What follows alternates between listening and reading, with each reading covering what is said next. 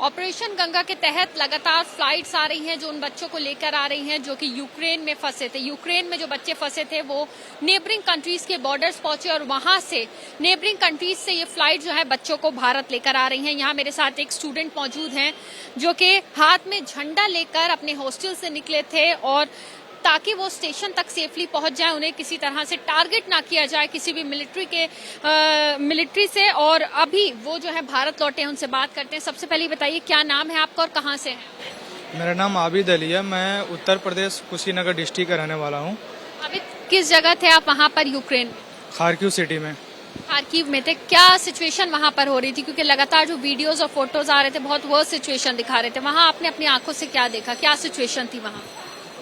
खैर 3 दिन तक तो सिचुएशन हमारे खारकिव सिटी में सही थी। बमबारी की आवाज़ आ रही थी बट ज़्यादा नुकसान का वो न्यूज़ नहीं आ रहा था। बट 3 दिन के बाद हालात ख़राब हो गई। 5 दिन तक हम लोग बंकर में छुपे रहे। जब हालात और ज़्यादा ख़राब हो गई तो हम लोग वहाँ से अब जो भी सीनियर थे, हम लोग रात में 5 दिन जब हो गया ना तो बंकर में हम लोग मीटिंग किए कि हालात और ज़्यादा ख़राब होती जा रही है और हम लोगों को कुछ करना होगा, भागना पड़ेगा यहाँ से। क्योंकि हम लोग एम्बेसी पे, यूक्रेन एम्बेसी में कॉल करते थे तो कॉल जल्दी रिसीव नहीं करता था। बहुत ज़्यादा कॉल करने पे यही बोलते थे कि हम लोग खुद फंसे पड़े हैं, खुद नहीं कुछ कर सकते। तो हम लोगों ने फैसला किया कि हम लोग भागेंगे, अपने रिस्क पे भागेंगे। आपने यूक्रेन एम्बेसी कॉल किया, इंडियन एम्बेसी? यूक्रेन में जो इंडियन एम्बेसी है उनको कॉल करी ताकि हम लोग का कोई हेल्प करे। बट उन्होंने अपना हाथ खड़ा कर दिया, बोला कि बेटा हम लोग खुद फंसे पड़े हैं तो कहाँ से हेल्प कर सकते हैं। तो हम लोग अपने रिस्क पे वहाँ से भागे। 5 दिन तक हम लोग बंकर में रहे। उसके बाद सुबह के टाइम 6 बजे हम लोग प्लान बनाया कि 6 बजे हम लोग सब लोग निकलेंगे।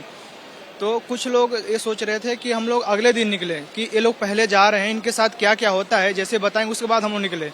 तो जब हम लोग सब लोग निकलने लगे, तकरीबन 20-30 स्टूडेंट सोचे कि हम लोग कल मतलब नेक्स्ट डे निकलेंगे, इन लोगों के साथ कैसे क्या होता है, कहाँ जाते हैं। क्योंकि न्यूज़ में आया था कि वीडियो हम लोग पास आया था कि पोलैंड बॉर्डर पे इंडियन स्टूडेंट गए थे तो वहाँ की आर्मी वाले उनको भगाने लगे। तो वही हम लोग देख कर डरने लगे कि आखिर में हम लोग जाएंगे तो जाएंगे, कौन हेल्प करेगा। बाकी हेल्प करने के लिए अपना इंडियन एम्बेसी जो थी पोलैंड में या हंगरी में, वो सब पोलैंड के अंदर थी, यूक्रेन के अंदर तो थी नहीं। तो प्लान बनाया कि कंफ्यूजन था हम लोग भी कि हम लोग क्या करें, रुक जाएं या इन लोगों के साथ निकला जाए। लेकिन धीरे धीरे प्लान बनाया कि हम लोग भागा जाए, क्योंकि और ज़्यादा हालात ख़राब हो जाएगी तो हम लोग यहाँ से निकल नहीं पाएंगे, फंस जाएंगे यहीं पे, फिर खाएंगे कहाँ से। तो हम लोग सुबह 6 बजे निकले गए वहाँ पे अपने हॉस्टल से, अपना इंडियन फ्लैग लेकर के लाइन से। बड़ा फ्लैग भी था हम लोगों के साथ। तो अच्छा, इंडियन फ्लैग लेके आप वहाँ से निकले? क्यों सोचा कि इंडियन फ्लैग लेके निकलना चाहिए वहाँ से? इंडियन फ्लैग ही हम लोग की एक आखिरी उम्मीद थी बचने के लिए।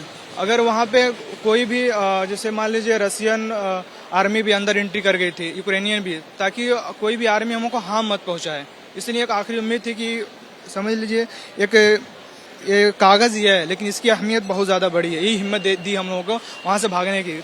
तकरीबन 1.5 घंटा का जर्नी था हम लोग का पैदल वहाँ ओक्सार रेलवे स्टेशन के लिए। फिर ओक्सार रेलवे स्टेशन पे आए तो बहुत ज़्यादा भीड़ था। रशियन यूक्रेनियन भी भाग रहे थे और भी कंट्री के भाग रहे थे, हम इंडियन बहुत ज़्यादा थे।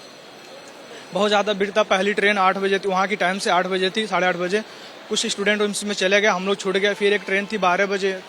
4 घंटे के बाद हम लोग 4 घंटा इसे मतलब जहाँ पे ट्रेन रुकती है उसके गेट के सामने है। हम लोग एक इमेजिन कर लेते कि यहीं पे गेट होगा, तो वहीं पे हम लोग 4 घंटे कंटिन्यू खड़े थे, लाइन वगैरह नहीं तोड़े हम लोग। फिर उसके बाद वहाँ पे किसी ने हल्ला किया, यूक्रेन ने हल्ला किया कि बम गिर रहा है, क्योंकि आवाज़ तो आ रही थी, टैंक भी जा रहा था। ओवरब्रिज था, हम लोग जहाँ खड़े थे तो ओवरब्रिज था, ओवरब्रिज के ऊपर से टैंक जा रहा था, हम लोग खुद देखे अपने आंखों से। फिर बम वगैरह गिर रहा था, आवाज़ सब आ रही थी, थोड़ा दूर पे गिर रहा था वहाँ पे। तो फिर किसी ने हल्ला कर दिया यूक्रेन की बम गिर रही है, तो हम लोग भाग गए वहाँ से। भाग गए कहाँ जाए, फिर उसके बाद से जो क्या नाम है ओवरब्रिज था उसके नीचे हम लोग जा करके छुप गए। उसके बाद से वहाँ से आधे घंटे बाद निकले तो जो ट्रेन थी वो भी लबीब वोक्जाल से लबीब के लिए, खारकिव से लबीब के लिए, वो भी ट्रेन छूट गई हम लोग की। फिर दूसरी ट्रेन हम लोग सोचे कहाँ जाएं, तो फिर चार पे पता चला कि प्लेटफॉर्म नंबर 1 से है और जाने वाली है। हम लोग वहाँ से दौड़ करके भागे। काफ़ी हम लोग सुबह कुछ खाए पिए नहीं थे, 6 बजे निकले थे वहाँ से। अपने बच्चे थे आपके साथ? तकरीबन 250 स्टूडेंट थे हमारे साथ, लड़के और लड़कियाँ दोनों थे। अलग अलग ट्रेन पकड़नी पड़ी सबको एक बार में? नहीं जी, अलग अलग ट्रेन हम लोग को पकड़नी पड़ी। जो साथ में हम लोग की लड़कियाँ थी, क्योंकि जब वहाँ से कई बार इधर इस प्लेटफार्म उस प्लेटफार्म हम लोग थक गए थे, खड़ा रहते प्लस पैदल चले थे 1.5 घंटा हम लोग, तो पूरा पैर भी दर्द कर रहा था, थक गए थे, प्यास भी बहुत ज़्यादा लग रही थी। तो हम लोग जब प्लेटफॉर्म नंबर 4 से जब 1 आना हुआ तो दौड़ते हुए हम लोग आए, ट्रेन जाने वाली थी, क्योंकि इतना भीड़ था कि जबरदस्ती हम लोग घुसते नहीं तो हम लोग रह जाते वहीं पे। और कुछ हमारे दोस्त रह भी गए थे वहाँ पे, नहीं यहाँ पे उनका रात को 11:30 बजे ट्रेन थी तो वो लोग आए। तो लड़कियां सब दौड़ नहीं पा रही थी, हम लोग उनको हेल्प किए, हाथ पकड़ के दौड़ाए, फिर अंदर उन लोग को पहले घुसाए, उसको हम अंदर गए, बहुत ज़्यादा रश हो गया अंदर। तो वहाँ पे 18 घंटा का जर्नी था हम लोगों का, सो नहीं पाए सही से, कैसे करके मतलब ये था कि हम लोग ये कंट्री जल्दी से छोड़ दें। फिर अभी वहाँ पे पहुंचे, भूख लगी थी, बाहर निकले, वहाँ पे थोड़ा सा हालात सही था तो बाहर निकल के हम लोग खाना वगैरह खाए। फिर वहाँ से हम लोग कैब किए। कुछ दोस्त हमारे कह रहे थे कि हम लोग हंगरी बॉर्डर चला जाए, वहाँ पे सेफ है, कुछ कह रहे थे पोलैंड चला जाए, बट हम लोग डिसाइड करा कि पोलैंड चला जाए। पोलैंड यहाँ से कम डिस्टेंस पे 60 किलोमीटर था लवीव से पोलैंड। लवीव से पोलैंड आप लोग कैसे पहुंचे?